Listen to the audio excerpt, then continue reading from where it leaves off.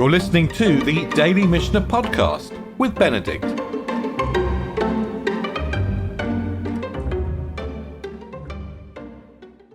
We're in the Mishnah of Sanhedrin. We're creating an ideal society. We're in the land of Israel. We're going to create a bet din, a court, in practically every region and city and village in the land of Israel. Minimally, it'll be a court of three. And the Mishnah begins, Dinei mamonot bishlosha. Monetary cases are judged by three. In other words, the minimal size for a court is three, and we can deal with routine monetary cases with three. And the Mishnah now goes on to just talk about what kind of cases can be judged with three. And we'll see as the chapter develops that we're going to go from 3 to 23 to 71. So we'll move to more weighty matters, but we're going to lay down the base infrastructure by defining what kind of issues can be decided by three. And the language of the Mishnah is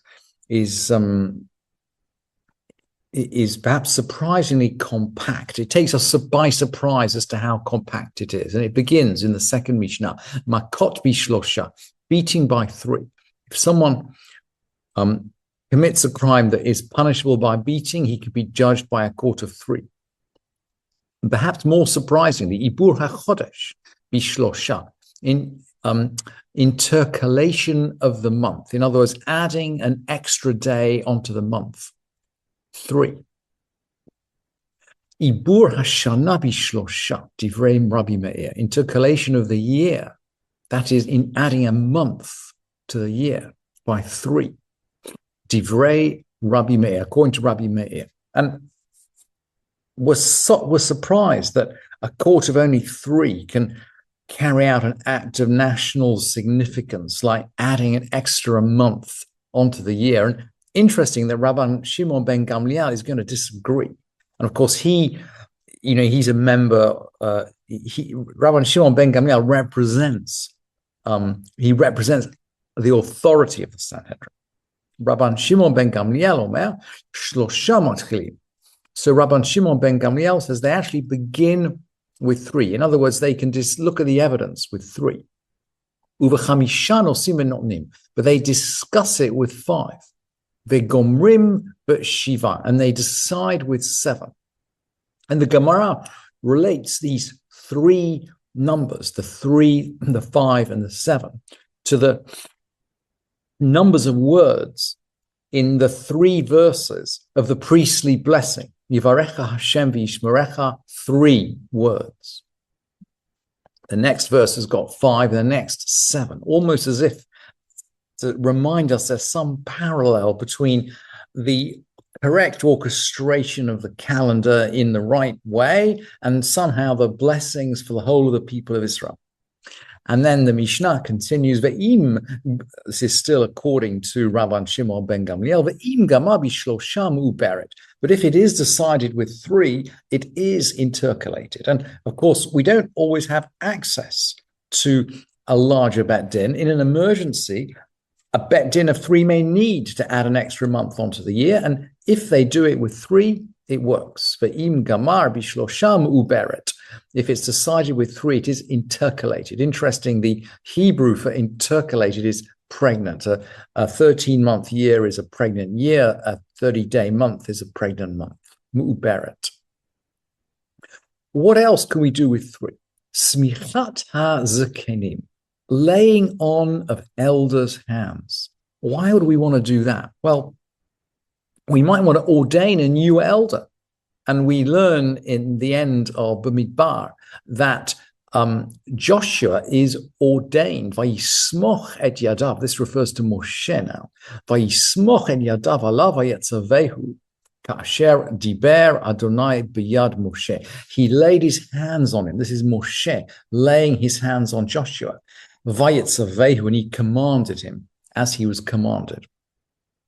So when we lay hands on when we ordain an elder, And Maimonides reminds us, by the way, and Bartanura then re-quotes Maimonides, so we don't forget that apparently this can only happen in the land of Israel. When we lay hands on a new elder, when we give him the title of rabbi, we do it with our hands, and we need 3. What else could smichat hazakenim mean? Well, if the whole community sins and a sacrifice is brought, again, v'samchu ziknei ha'eda et yedehem al rosh hapar, the elders of the congregation lay their hands on the head of the bullock. So again, the elders lay their hands on the head, and we have to do that with 3. Let's think of other situations where we can deal with 3. V'arifat ha'agala, breaking the heifer's neck.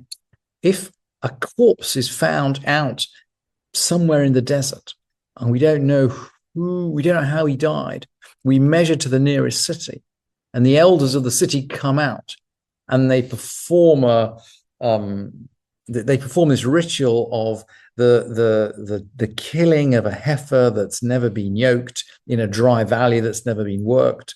They do this with 3. Divrei Rabbi Shimon, according to Rabbi Shimon. Rabbi Yudah Omer ba chamisha. Rabbi Yudah says 5. Which 5? He seems to be referring here to the sacrifice, because the verse there says, "V'samchu ziknei ha'eda," the elders of the congregation shall lay their hands. And in the Gemara, it's explained that Rabbi Yudah derives 2 from v'samchu, they shall lay their hands, and 2 from ziknei ha'eda, the elders of the congregation, or at least 2 for each part. And of course, a bet din can't be evenly balanced. We can't have 4 in a bet din. So 5. So Rabbi Yudah says 5 for the laying on of the elders' hands. Chalitza umu'unim bishlosha. If the widow of a man who died childless refuses to marry her brother-in-law, she performs the chalitza ceremony. That requires a bet-in of 3. Mu'unim, this is a refusal. In theory, a young girl can be married off by her father or by her mother and brothers before she reaches the age of majority, but she has the ability to refuse when she becomes of age, and that refusal is documented, is certified in front of a bet din of 3. And then more financial issues. Neta revi'i, so the fruit of 4th year planting. For 3 years, a new tree's fruit is not eaten. In the 4th year, it goes to Jerusalem to be eaten in Jerusalem. And of course, if we can't carry it, we might value it and carry the money. But to supervise the valuation, we need a quart of 3. Umaser sheni she'ein damav yuduin, and second tithe whose value isn't known. Bishlosha with 3. Vehekdeshot, bishlosha, dedications to the temple with 3. Veharachem, vehamutaltalim, valuations. This seems to be valuations where cash is not provided, but movable property is. But the Mishnah says, veharachin vehamutaltalim, valuations and movable property. Bishlosha with 3. Rabbi Yudah Omer. Rabbi Yudah says, ve'echad mehem kohen.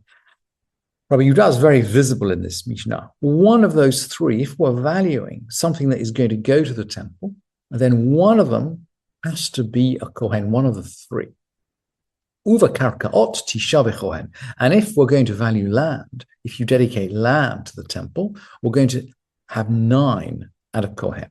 Uva karkaot tisha v'kohen, 9 and a priest, ve'adan ka yotze bahan, and a human. If you dedicate yourself to the temple, and you then have to be valued because you're going to be redeemed in cash, that valuation is also carried out by 9 and a priest.